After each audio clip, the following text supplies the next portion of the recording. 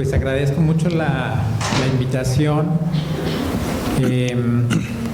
a este evento y agradezco las dos presentaciones que me han precedido porque me ahorran mucho tiempo. Así que me voy a brincar después de la presentación de Adriana, buenísima, buenérrima, y la del doctor Sergio.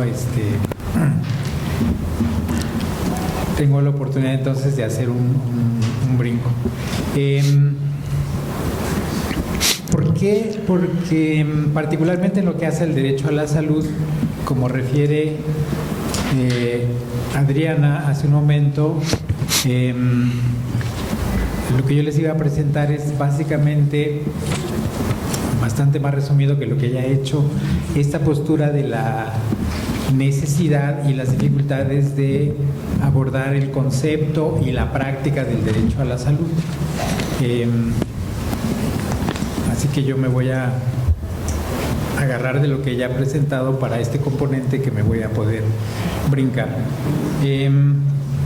Igual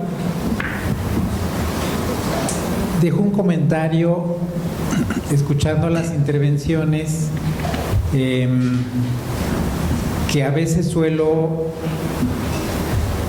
presentarle a mis estudiantes, las personas con las que trabajo. Yo estudié medicina en la UAM, tengo el privilegio de luego haber hecho una maestría en antropología en la ENA. El mundo me cambió a partir de encontrarme con la antropología, y entendí muchas cosas que desde la medicina no se pueden entender. Entre otras, que nos llaman trabajadores de la salud cuando estudiamos medicina, enfermería, estomatología y nutrición, estas carreras nos dicen trabajadores de la salud. Si uno lo revisa, la triste realidad es que lo que menos hacemos es trabajar en la salud. Somos trabajadores de la enfermedad, no de la salud. Y si no, a las pruebas me remito. ¿A dónde lo mandan a uno cuando uno empieza una carrera como medicina? Al hospital, a ver enfermos. ¿Cuál salud? Si bien nos va, nos acercamos a la prevención, pero otra vez es prevención de la enfermedad, no es trabajar en la salud. Somos lo que quieran menos trabajadores de la salud. Así que tenemos un gran misterio. ¿Qué demonios significa trabajar en el campo de la salud? Que no sea atender la enfermedad o si quieren prevenirla. Me parece que ese es un reto que tenemos por ahí y me parece que en sí mismo es un hecho cultural. Cuando llegamos a la universidad somos gente común y corriente, como cualquier otra gente común y corriente. En el proceso dejamos de ser gente común y corriente y nos convertimos en el doctor. Nos llamamos, y nos llamamos así desde que somos estudiantes, doctor, para distinguirnos y para ocupar un lugar, un estatus que hay que cuestionar de repente. Ok, ¿me dan la que sigue, por favor?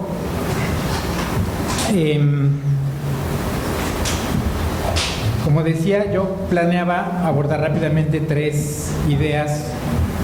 Una acerca del concepto de interculturalidad, un segundo punto acerca del derecho a la salud, y si me daba tiempo, un enfoque de capacidades para la salud intercultural en el ámbito urbano.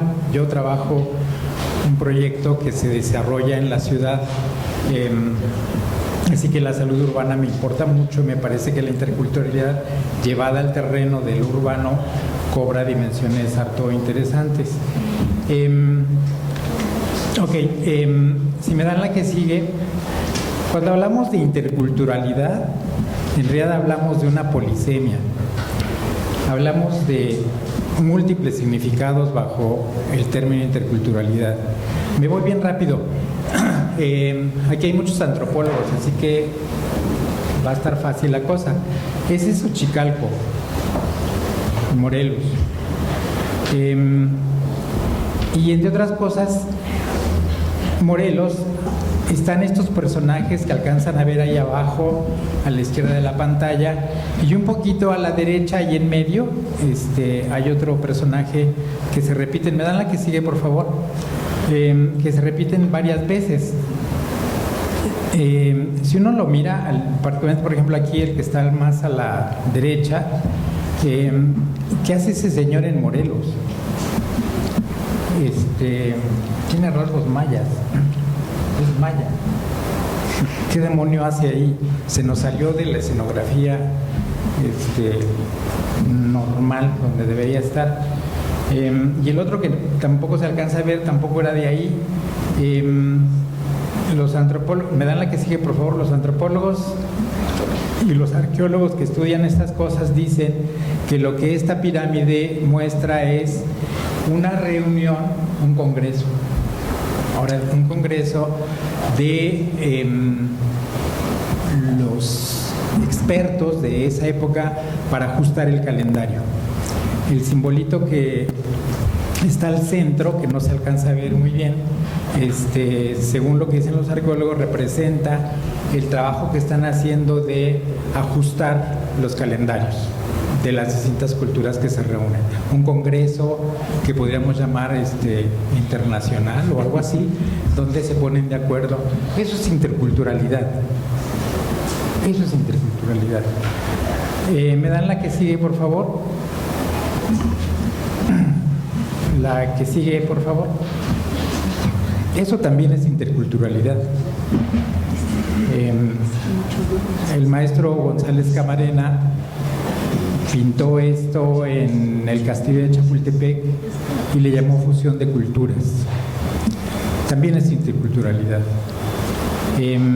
No estoy diciendo, hay que tener cuidado porque de repente parece que estoy diciendo que lo anterior era mejor que lo de después. No estoy ensalzando a las viejas culturas que también eran imperialistas, que también sometían a sus pueblos. Cuidado, no estoy diciendo eso. Pero también esto es interculturalidad. No conforme con eso, el maestro González Camarena, me dan la que sigue, por favor, repite un poco la idea en Oaxaca y ahora le llama el abrazo. Y otra vez, eso es interculturalidad. Me dan la que sigue, por favor, y eso es interculturalidad.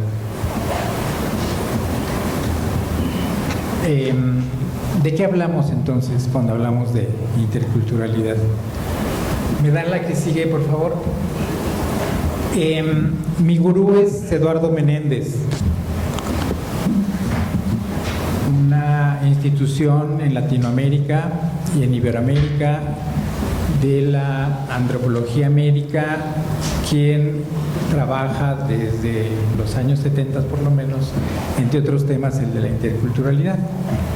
Y tiene un artículo, bueno, varias veces en distintos artículos centra estas ideas que les dejo ahí. Me interesa la primera, donde anota que los procesos interculturales existen siempre que tengamos sociedades en contacto. No estamos hablando solo de lo indígena con lo no indígena, estamos hablando de lo obrero con lo no obrero, estamos hablando de las clases populares con las clases no populares, ahora dirían los fifís con los chairos. Eso es interculturalidad. Pero también cuando hablamos del médico y el paciente hablamos necesariamente de intercultural, y no solo en las zonas indígenas. Estoy hablando de los centros de salud, de los hospitales urbanos. Siempre tenemos un encuentro intercultural. Son permanentes, pero tienen una profundidad histórica. Es decir, este encuentro va a moldearse, a construirse de modo distinto de acuerdo a las condiciones, los contextos, las historias.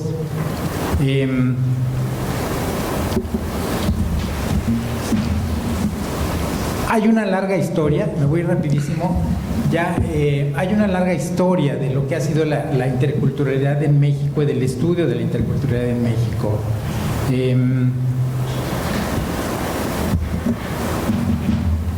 Particularmente, según Menéndez, él ubica que a partir de los años 70, 80 y principios de los 90 por ahí, hay un auge particular de la interculturalidad, hablando del terreno de la salud, que intenta distanciarse, distinguirse de los estudios que había habido previamente.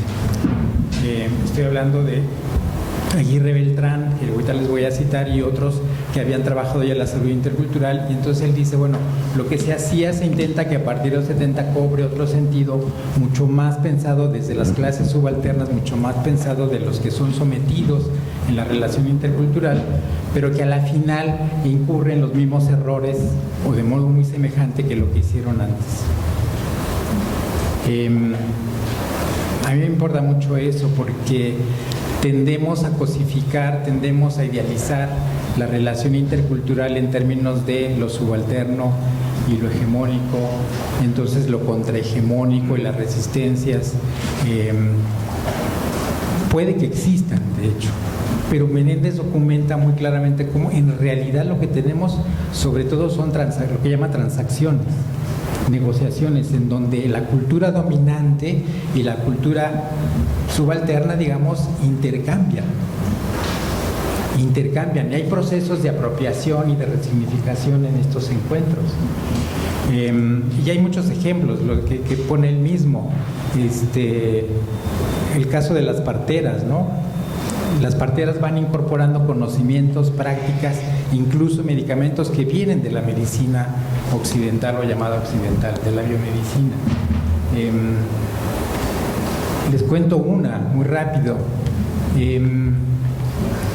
Cuando es común que de repente las señoras van a la consulta con su niño, su niña, y le dicen al doctor, tiene calentura. ¿De dónde demonio sacaron calentura?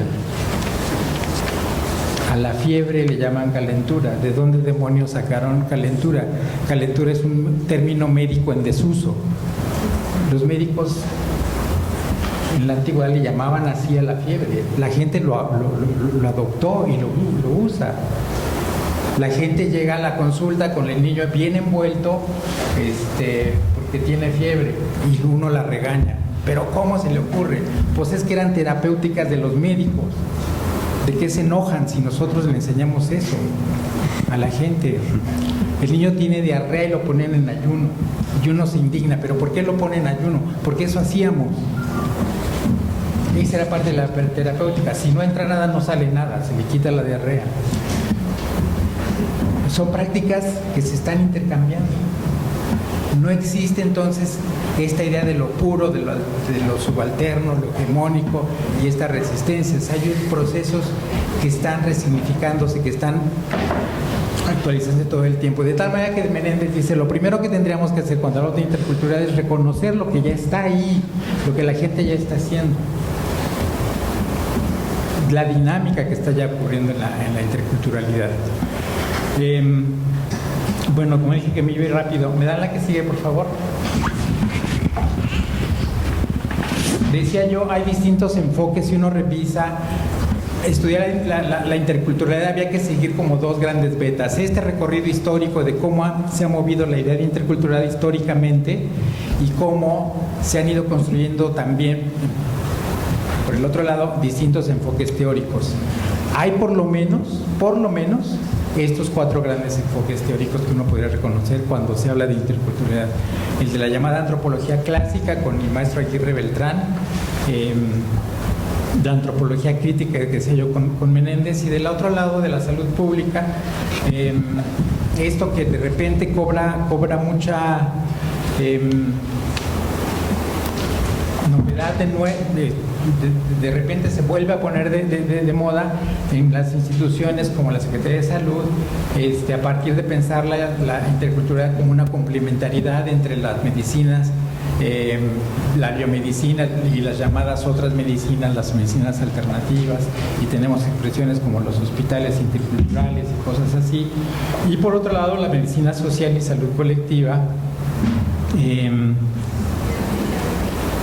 cuya expresión ahora acabamos de ver respecto al derecho a la salud, por ejemplo. Bueno, dije que me iba rapidísimo y ya me estoy comiendo el tiempo. ¿Me dan la que sigue, por favor? Habría que explorar cada una de esas. Si uno revisa la historia, uno se encuentra la interculturalidad, decía yo, en el caso de salud a cada rato. Y encuentra uno cosas tan hermosas como este camioncito que va de pueblo en pueblo haciendo educación para la salud, con Teatro Guiñol. Se llama Esculapio el camioncito. Suena padre. Pero junto con eso, ¿qué tal lo de abajo? Una campaña de desparasitación donde le están rociando un insecticida en la espalda a la señora. Eso hacíamos y eso hacemos. Esa es la medicina. Eso somos. ¿Me dan la que sigue, por favor?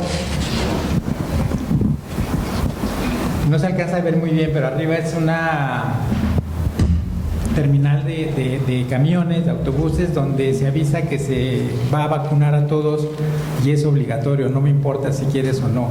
La vacuna es obligatoria. Atrás la exposición del medio que dice hay exposición en la Feria de Toluca. No se alcanza a ver en la leyenda de abajo, pero dice que si no se siguen esas prescripciones, el niño corre el peligro de morir. La amenaza como recurso de educación para la salud. Y bueno, los catastros de los niños. ¿Me dan la que sigue, por favor? Decía yo, la interculturalidad está a lo largo de la historia. Quizá en nuestro caso uno puede empezar a hurgar la interculturalidad desde los cronistas, los primeros cronistas del mundo colonial, que después vendrían en la antropología clásica. ¿Me dan la que sigue, por favor? Ya no les voy a contar mucho porque el célebre libro del maestro Aguirre Beltrán de los programas de salud en la institución intercultural, que luego aparecieron maravillosamente en todas las unidades médicas rurales del programa IMSS-Coplamar, una maravilla. Ese librito es de ahí, de una unidad médica rural que me robé. No es cierto.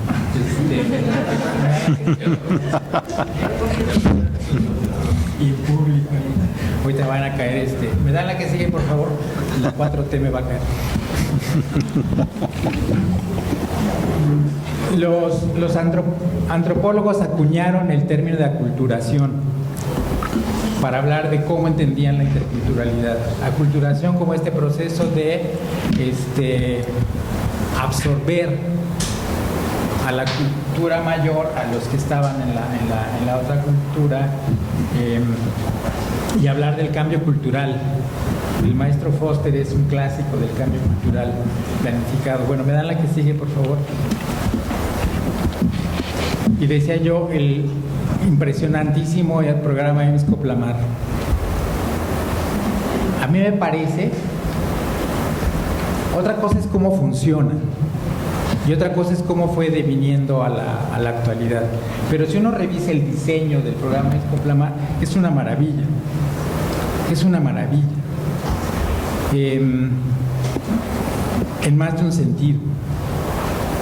Es un programa que crea un área médica grande, muy grande, sostenida por el IMSS fundamentalmente, pero junto con ella crea un área de acción comunitaria, también muy grande. Y entonces, echar las dos cosas, la acción comunitaria con la acción médica, de manera consciente. Y crea estructuras, propone estructuras que funcionan a nivel comunitario, como la que están ahí: la Asamblea General, el Comité de Salud, los promotores voluntarios, la incorporación de terapeutas tradicionales, fundamentalmente parteras. Está pensado como un sistema que tiene el hospital regional, las unidades médicas rurales, que llevan y traen pacientes según la necesidad regionalmente. Se actúa territorialmente. Entonces tienes ahí un conjunto de elementos que hoy valdría la pena repensar una vez más.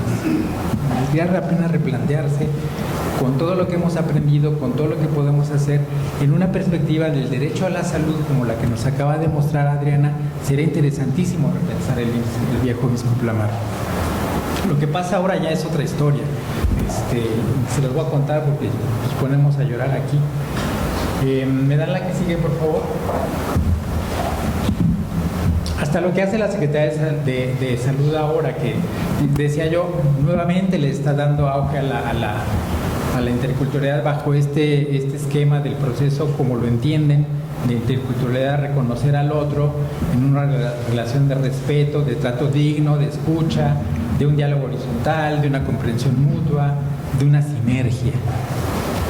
Y otra vez suena padrísimo.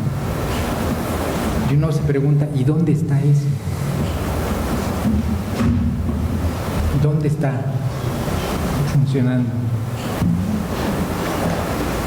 ¿Qué se necesita para que de verdad, por pura prescripción, o qué necesitamos hacer en todo el sistema, pero en los actores del sistema, para que este tipo de relación intercultural de verdad ocurra? En fin, está ahí. ¿Me dan la que sigue, por favor?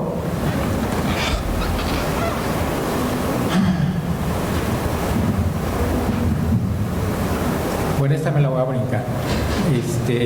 En aras del tiempo me voy a brincar esta. Está buenísima, lo de abajo del chécate, mírete, muévete. No tiene desperdicio, pero me la voy a brincar. ¿Me dan la que sigue, por favor? Bueno, les decía que eso yo lo iba a ver, pero a partir de lo que plantea Sergio y el equipo que está con Sergio López en la maestría en Medicina Social y el doctorado en Salud Colectiva, pero ya la presentación de Adriana me lo ahorra. ¿Me dan la que sigue, por favor, entonces? La otra. La que sigue, por favor. Solo me voy a detener en una. ¿Me dan la que sigue? A ver la que sigue. A ver la que sigue. No, otra. Sí, otra. Ahí está. Adriana habló de un elemento que es importantísimo, que es el de la exigibilidad del derecho. La justiciabilidad. ¿Se acuerdan que habló de la justiciabilidad y de la exigibilidad del derecho a la salud? Tenemos bien claro el asunto cuando hablamos de protección a la salud. Sabemos cuál es el derecho tutelado. Sabemos quién es el sujeto de derecho, sabemos quién es el sujeto obligado, etcétera, pero no ocurre lo mismo cuando hablamos, si lo ponemos en el terreno del derecho a la salud. La exigibilidad refiere a la necesidad, por lo pronto, de que el derecho esté reconocido, que esté normado, que esté en la ley, cosa que no ocurre. Pero si le ponemos tantita atención, exigibilidad refiere también a un alguien capaz de hacer eso, de exigir su derecho.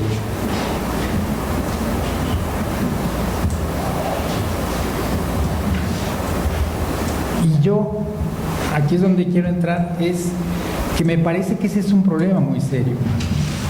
Aparte de que no tenemos claro cuál es el contenido del derecho a la salud, sabemos que es una metacapacidad que implica esos otros derechos concurrentes. El problema es quién es el sujeto que puede exigir. ¿Cómo construimos al sujeto que exija esa metacapacidad? ¿Me entiendes?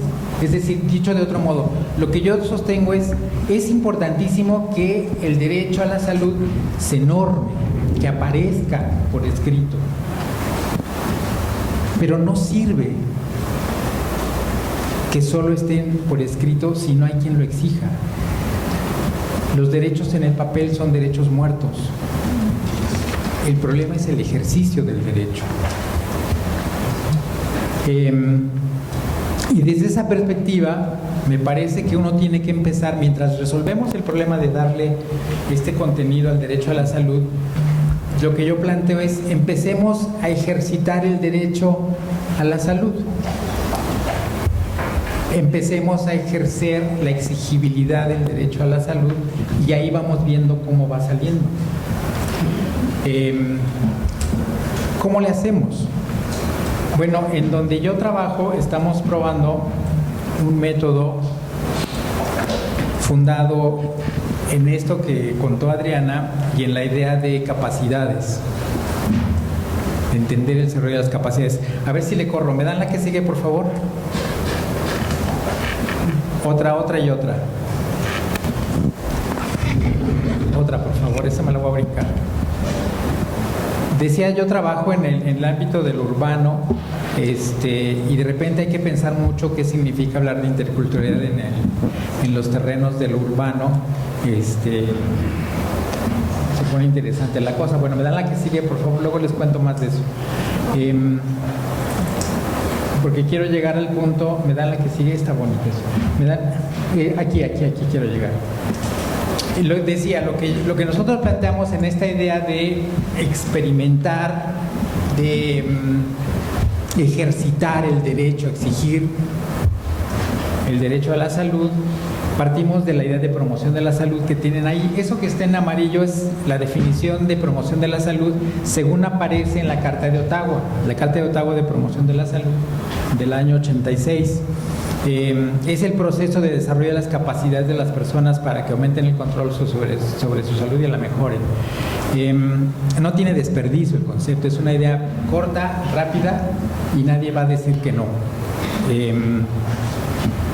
El problema es que nos mete desde el principio en dificultades. ¿Qué es un proceso? ¿Qué es un proceso de desarrollo de capacidades? ¿Cómo entendemos eso? ¿Cómo entendemos la idea de capacidades? ¿A qué se refiere cuando habla de capacidades? De las personas. ¿Cuáles personas? ¿Cómo entendemos la idea de persona? ¿Quiénes son las personas? Para que aumenten el control. ¿Qué significa decir que las personas tienen el control sobre su salud? ¿Lo tienen? Y si lo tienen, ¿qué control? ¿Y cómo se hace para que aumenten ese control? Y para que la mejoren. La misma idea. No tiene desperdicio. Te mete en problemas desde el principio ese concepto. Nosotros hemos trabajado en eso y entonces entendemos que se refiere al desarrollo de las capacidades. Para entender el desarrollo de las capacidades, decía hace rato, lo remitimos al enfoque de capacidades de un economista premio Nobel que se llama Amartya Sen. El enfoque de capacidades.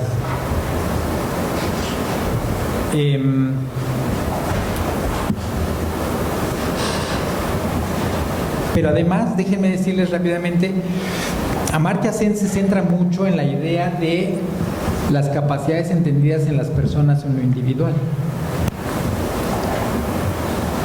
Y luego hay un desarrollo que habla de capacidades colectivas, que no son reductibles a las individuales. Sí, pensando rápidamente, sin meterme todavía mucho en Zen, uno puede pensar en que el ejercicio de promoción de la salud es desarrollar capacidades de las personas, la capacidad para que tengan control sobre su salud, lo que sea que signifique eso. Y entonces puedo pensar en las capacidades de cada uno, de cada una, para que tengan buena salud. ¿Qué capacidades tienes que desarrollar para que tengas buena salud? Dejémoslo así. Bueno, es muy fácil que lo remitamos al ámbito de lo individual.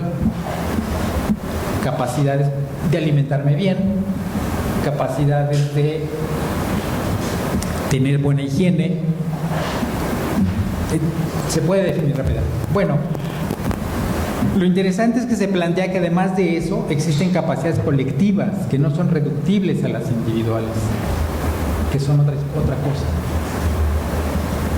No sé si es buen ejemplo, pero he leído en algún lado que dicen la sinfónica interpretando es una expresión de capacidad colectiva. No se puede reducir la interpretación de cada músico por separado. Tiene que engancharse el conjunto para que tengas una capacidad colectiva. Hay que explorar más sobre qué estamos entendiendo por capacidades. Pero ¿qué son las benditas capacidades entonces en Amartya Sen? Amartya Sen dice que las capacidades se refiere a la libertad que las personas tienen para lograr funcionamientos valiosos y que tienen razones para valorar. La libertad que tienen las personas. Sen habla de la libertad. Hacer promoción de la salud es buscar la libertad de las personas.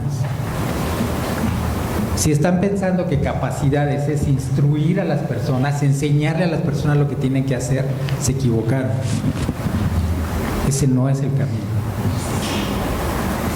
El terreno es desarrollar capacidades para que la gente sea libre, tenga la libertad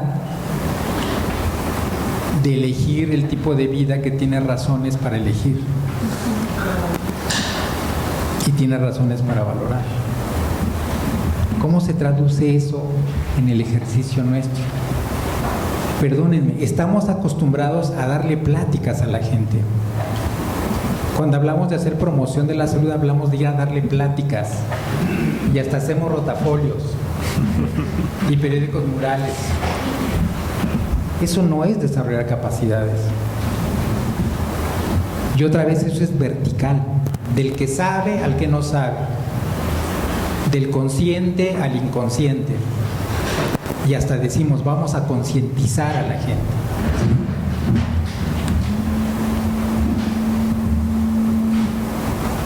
¿Eso es procurar la libertad de las personas? Creo que no.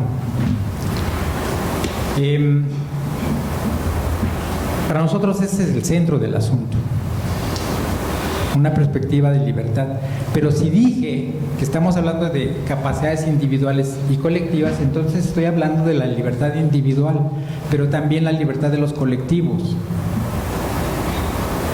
No es solo la libertad individual, esa que nos vende la sociedad en la que vivimos ahora, la sociedad neoliberal de la que luego vamos a hablar, en la que vivimos ahora. Tienes la libertad de personalizar tu celular.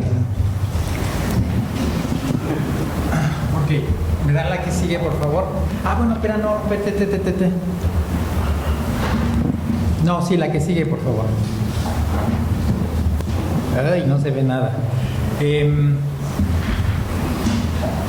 ¿Cómo se hace para hacer esta promoción de la salud? La Carta de Ottawa, a renglón seguido, después del enunciado que les acabo de decir, a renglón seguido la Carta de Ottawa dice que para que las personas alcancen el completo estado de bienestar físico, mental y social, que es la definición de la OMS, las personas y los grupos sociales, así lo dice la Carta, deben ser capaces de 3 cosas. 1, identificar y realizar sus aspiraciones.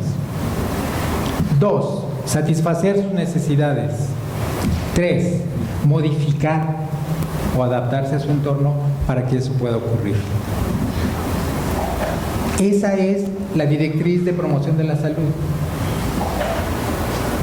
Que las personas como tales y como grupos sociales seamos capaces de identificar y realizar nuestras aspiraciones.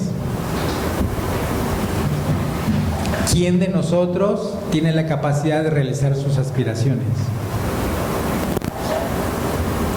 El que esté libre de ataduras que aviente la primera soga.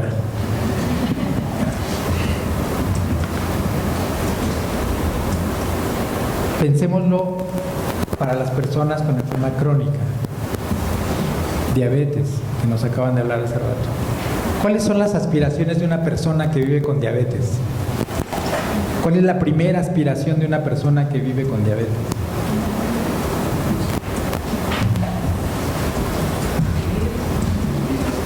La vida, ¿no?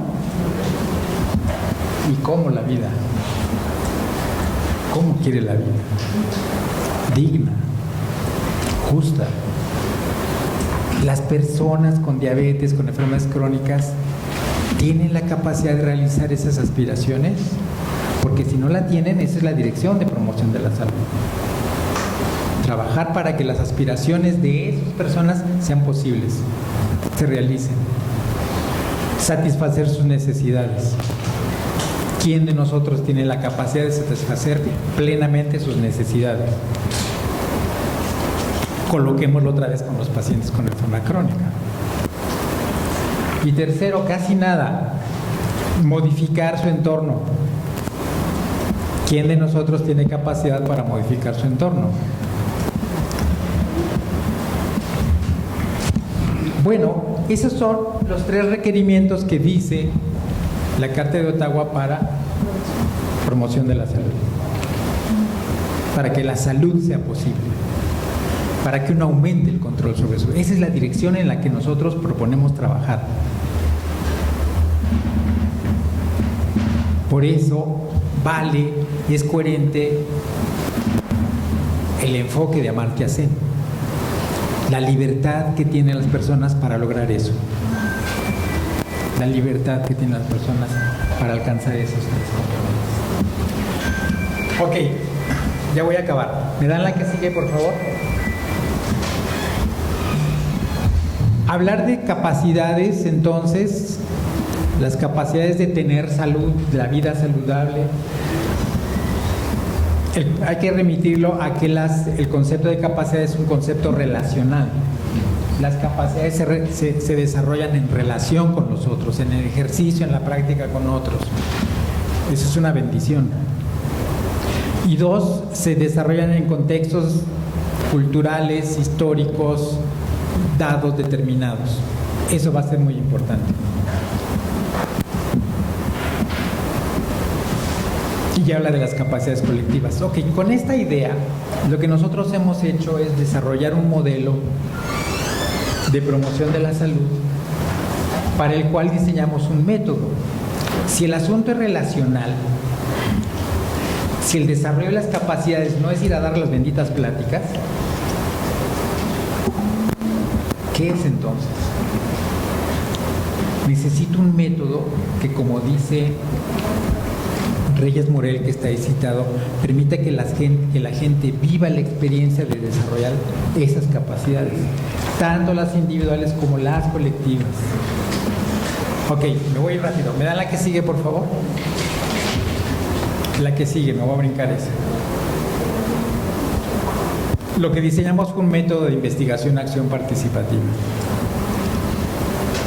Conjunta esos 3 componentes: investigación, acción y mucha participación. Una definición rápida de investigación-acción participativa es esa: aprender para comprender y comprender para transformar. Nosotros no le enseñamos nada a nadie. Nosotros no vamos con la gente a enseñarles nada. Vamos a aprender todos. Yo no soy nadie para enseñarle nada a nadie. Y me lo creo de veras. Es en serio. Además eso me salva porque así cuando doy clases y soy malísimo, yo dije que no enseñaba nada. O sea, sobre advertencia no hay engaño. Ok, conjuntamos 3. El modelo de investigación-acción participativa que hicimos conjunta 3 modelos, 3 variantes de esta investigación-acción.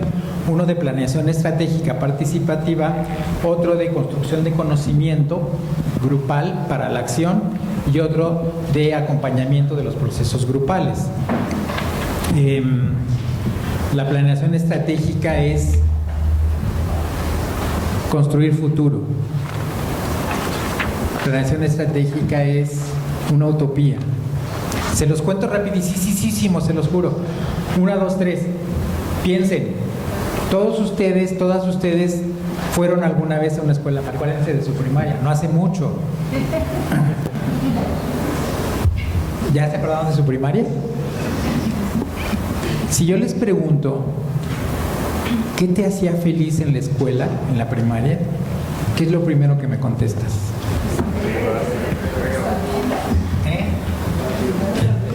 El patio, el recreo. Y si le siguen rascando, yo les pregunto, ¿por qué el patio? ¿Por qué el recreo? Porque es cuando juegas. Sí, exacto. Cuando eres más libre. Los niños de repente, en las escuelas donde trabajamos, de repente nos dicen, es cuando puedo ir al baño sin tener que levantar la mano. Mejor no puede ser. Construyes la idea con ellos de qué es esa escuela feliz. que tiene esto, el recreo, donde juegas, donde convives, donde te comes el lunch, donde corres, platicas. Y si lo vas desmenuzando, están los otros derechos que decía Adriana, porque hablan de eso, de la alimentación, hablan de la actividad física, hablan de la convivencia, hablan de la expresión. Esos son los derechos, esos son los DESC puestos en la escuela por los niños, que reconocen que son valiosos. Y cuando le dices al niño, oye, entonces te encanta el recreo porque es cuando juegas, te diviertes, eres feliz, convives, sí. Le sueltas la pregunta. ¿Y entonces por qué te peleas? Y ¡pum! Brinca. ¿Entiendes? Es cierto. ¿Por qué me peleo si prefiero lo otro?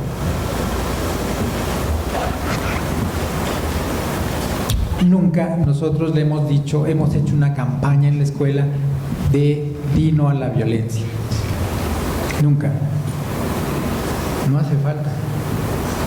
El niño valora y tiene razones para valorar y decide. Prefiero la convivencia al pleito. Lo que tienes es una imagen de futuro. ¿Cómo quiero que sea mi escuela? Eso de identificar, realizar tus aspiraciones, es eso, construir la utopía, el futuro. Hacer promoción de la salud es una utopía. Lo padre de la utopía es que cuando ya la pensaste, está al alcance de ti. Solo tienes que ir por ella. Eso es planeación estratégica.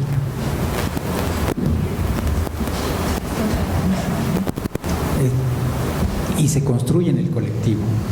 Está en cada persona, pero se construye en el colectivo.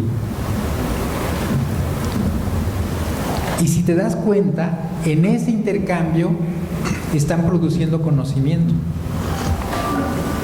Nosotros no le damos pláticas a nadie. Cuando yo oigo que hay que ir a darle pláticas de educación para la salud, convulsiono, me tiro al piso, echo espumarajos por la boca y no lo puedo creer. Llevamos como 50, 60 años de pláticas en este país de educación para la salud. Y miren el resultado, por el amor de Dios. ¿No será que es hora de que pensemos qué estoy haciendo mal? ¿Qué no estamos haciendo bien? En lugar de culpar a la gente. Por eso es importante también lo otro. Cultivamos, cuidamos los procesos de hacerse grupo. Uno no nace sabiendo hacer grupo.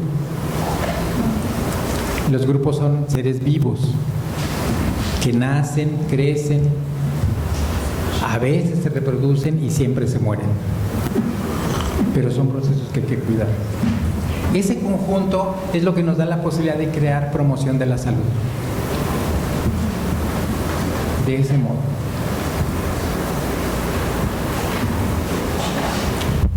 Tenemos un problema ahí. Ya voy a terminar, se los juro. La interculturalidad. Si se dan cuenta, la interculturalidad cruza todo el tiempo todo esto. Porque estamos hablando de un diálogo de saberes. Estamos hablando de un diálogo de prácticas. Estamos hablando de un diálogo de valores. Todo el tiempo está cruzada la interculturalidad ahí. El problema es que para que eso ocurra, tienes que construir un campo de entendimiento. Te llaman un campo común de entendimiento. Donde el diálogo sea posible sobre esa base. Porque en este diálogo las personas son centrales. Pero yo estudié medicina y yo no niego mi saber. Y yo quiero mi saber puesto ahí. Y soy persona también. y quiero mi persona puesta ahí también. En un diálogo de horizontal, la gente no deja de ver que tú eres el médico.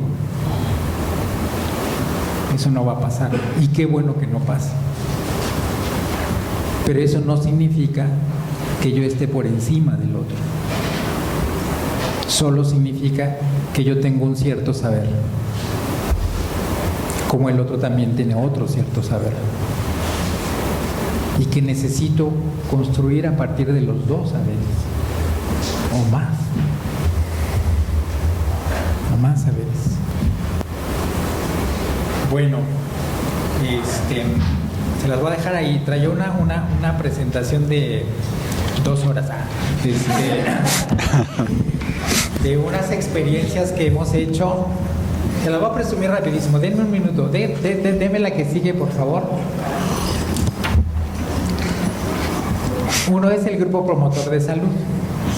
Eso que tienen ahí es un grupito de personas de San Pedro Mártir, allá en el sur de la ciudad, que se constituyen como grupo de promotores de salud y que trabajan con un recurso que se llama Fotovoz, que es eso, la fotografía como una herramienta para hacer investigación, acción sobre salud.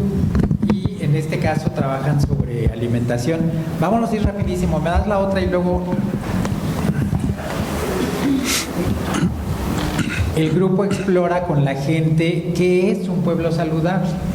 Y entonces ese grupito va y hace entrevistas en la comunidad. Van a la tienda, van a la iglesia, van a distintos lugares, en la calle, y le van preguntando a la gente así simplemente: oiga, ¿qué es para usted un pueblo saludable? Y la gente va contando para ellos qué es el pueblo saludable. No le preguntamos qué es salud. Esas preguntas se las hacen los intelectuales en las universidades, en los seminarios del derecho a la salud. Pero la gente viva no se pregunta eso. La gente se pregunta: ¿qué es una vida saludable, caramba? Y salen un montón de cosas que tienen que ver con aquello que ya sabemos. Aparece la alimentación, aparece la actividad física, aparece el saneamiento, pero también aparece la fiesta, fíjate tú. Celebrar, aparece también la fiesta del pueblo como un elemento importante de la vida saludable. Aparece la convivencia como un elemento importante. Y en el caso de San Pedro Mártir aparece la idea de que se es saludable cuando se es comunidad con otras comunidades. Y entendimos que el valor de San Pedro Mártir allá al sur es ese, que se portan como una red comunitaria, porque una comunidad reconoce a la otra comunidad y la otra comunidad, y juntos se vuelven un solo pueblo, pero se distinguen entre ellos como pueblos con sus particulares. En fin, todo esto sale a partir de este diálogo con la gente de qué es el pueblo saludable. El problema de la justicia aparece también.